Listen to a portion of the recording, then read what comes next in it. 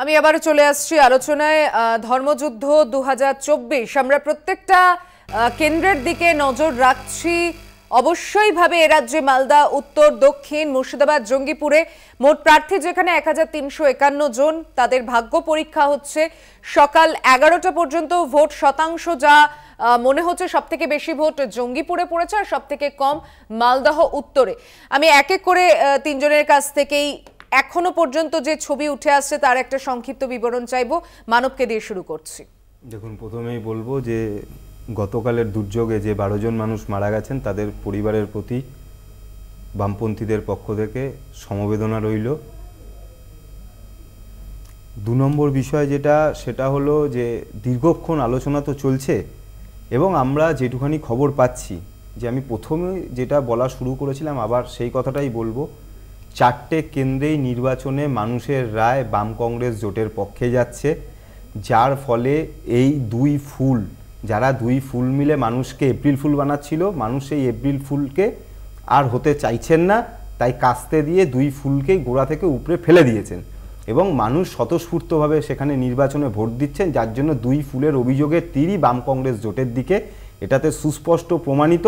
এবং মানুষ যে নির্বাচনে যারা এতদিন ভোট দিতে পারছিলেন না, আজকে মোহাম্মদ সেলিম থেকে আরম্ভ করে কংগ্রেস প্রার্থী যারা মানুষকে ভয় থেকে বের করে ভোট দিতে নিয়ে যাচ্ছেন, যার ফলে মানুষ ভোটটা দিতে পারছেন এবং এই রায় বাম কংগ্রেস জোটের পক্ষে যাবে। ৪টে সিটেই আমরা জানিয়ে রাখি, মুর্শিদাবাদে মোহাম্মদ সেলিমের বিরুদ্ধে ভোটারদের হেনস্থা করার অভিযোগ এবং সেখানে সেই অভিযোগ প্রসঙ্গে এগুলো ভুয়ো ভোটার টেকেন রিপোর্ট তলব করেছে জাতীয় নির্বাচন কমিশন। সে করতেই পারে, নির্বাচন কমিশনের আওতায় আছে, নির্বাচন কমিশন করবে। কংগ্রেস নেতৃত্ব হেনস্থা করার অভিযোগ উঠছে তার বিরুদ্ধে। আমি তো বললাম নির্বাচন কমিশনের কাছে অভিযোগ জমা পড়েছে, নির্বাচন কমিশন তদন্ত করলে দেখতে পারবে। ভুয়ো ভোটারের অভিযোগও তো আছে, ভুয়ো ভোটার তাড়াতে পারবে না নাকি?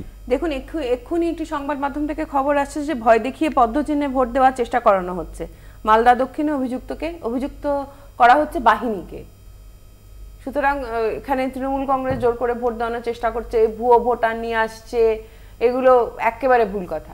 এক্ষুনি সিপিএম কংগ্রেসের যে জোট, সেই যাকে রিপ্রেজেন্ট করছেন, ও বলছেন যে মানুষ স্বতঃস্ফূর্তভাবে ভোট দিচ্ছেন। তো মানুষ যদি সত্যি স্বতঃস্ফূর্তভাবে ভোট দেন, তো তৃণমূল কংগ্রেস কোথায় ভয় দেখাচ্ছে?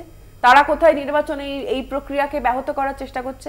না, এখানে তো অভিযোগ তৃণমূল কংগ্রেস না, এখানে তো অভিযোগ সিপিএম এর বিরুদ্ধে করছে, যে সিপিএম ভয় দেখাচ্ছে, মোহাম্মদ সেলিম ভয় দেখাচ্ছে। না, আপনি তো বললেন যে আমরা বলছি মোহাম্মদ সেলিম বেশ করেছে, ভুয়ো ভোটারদেরকে তাড়িয়ে দিয়েছে, ভুয়ো এজেন্টদেরকে ঘাট ধাক্কা দিয়ে বের করে দিয়েছে, আসল ভোটার তাদেরকে বাড়ি থেকে নিয়ে এসে ভোটদানের ব্যবস্থা করাচ্ছে বাম কংগ্রেস জোট। যেটা করছে সেটা ঠিক করেছে। আসল ভোটারকে বাড়ি থেকে বের করে নিয়ে আসছে, একদম নিয়ে আসছে। সেটা ভালো করে মানুষ বলুন। পঞ্চায়েত নির্বাচন 18 সালে ভোট দিতে পারেনি, 21 সালে ভোট দিতে পারেনি। আপনার এই কথার বিরুদ্ধে ইলেকশন কমিশনে যাওয়া উচিত। বাড়ি থেকে কি করে বের করে আনবেন ভোটারদের?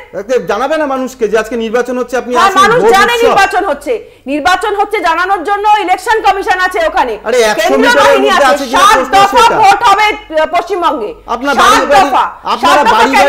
আপনারা বাড়ি বাড়ি পাউচের প্যাকেট পাঠাচ্ছেন, খাবারের প্যাকেট পাঠাচ্ছেন, আর আমরা যদি নির্বাচন মানুষকে গিয়ে বলি যে ভোট শুরু হয়ে গেছে, গিয়ে ভোটটা দিয়ে আসুন, এটা অন্যায় কি আছে? সুশুরি দিতে মোহাম্মদ সেলিমকে আপনারা মুর্শিদাবাদে পাঠিয়েছেন। এই যে আপনারা না পারলে ধর্মীয় সুশুরি দিতেই পাঠিয়েছেন। একদম পরিষ্কারভাবে বলে রাখি, আমরা সেই ধর্মে বিশ্বাস করি, জীবে প্রেম করে যেইজন সেইজন সেবিছে ঈশ্বর। মানুষের সেবা করার বাইরে কোনো ধর্ম, কোনো মনুষ্যত্ব হয় না। আর ধর্ম আর মানুষের মধ্যে বিভেদ তৈরি করতে চাইলে বামপন্থীরা প্রাচীর হয়ে দাঁড়িয়ে ছিল, আছে আর থাকবে। যারা দাঙ্গা অথবা সাম্প্রদায়িকতার বীজে বাংলায় বুনবে, তাদের মাথা ভেঙে গুড়িয়ে দেবো। যেটা আমাদের নেতা শিখিয়েছিলেন সেটাই আমরা পালন করব। সাম্প্রদায়িকতার মধ্যে বামপন্থীরা মোহাম্মদ সেলিমকে মুর্শিদাবাদে পাঠিয়েছেন কেন? নির্বাচন লড়বার জন্য। না, নির্বাচন লড়বার জন্য না, জায়গায় নির্বাচন লড়বার জন্য। মুসলিম ভোটকে যাতে তৃণমূলের ঘর থেকে সরিয়ে নেবার জন্য পাঠিয়েছেন। না হলে পরে উনি তো উত্তর কলকাতাতে দাঁড়াতেন, ওনাকে সরিয়ে নিয়ে ওইখানে দিয়েছেন কেন? আরে অদ্ভুত ব্যাপার, গণতান্ত্রিক সাংবিধানিক পদ্ধতিতে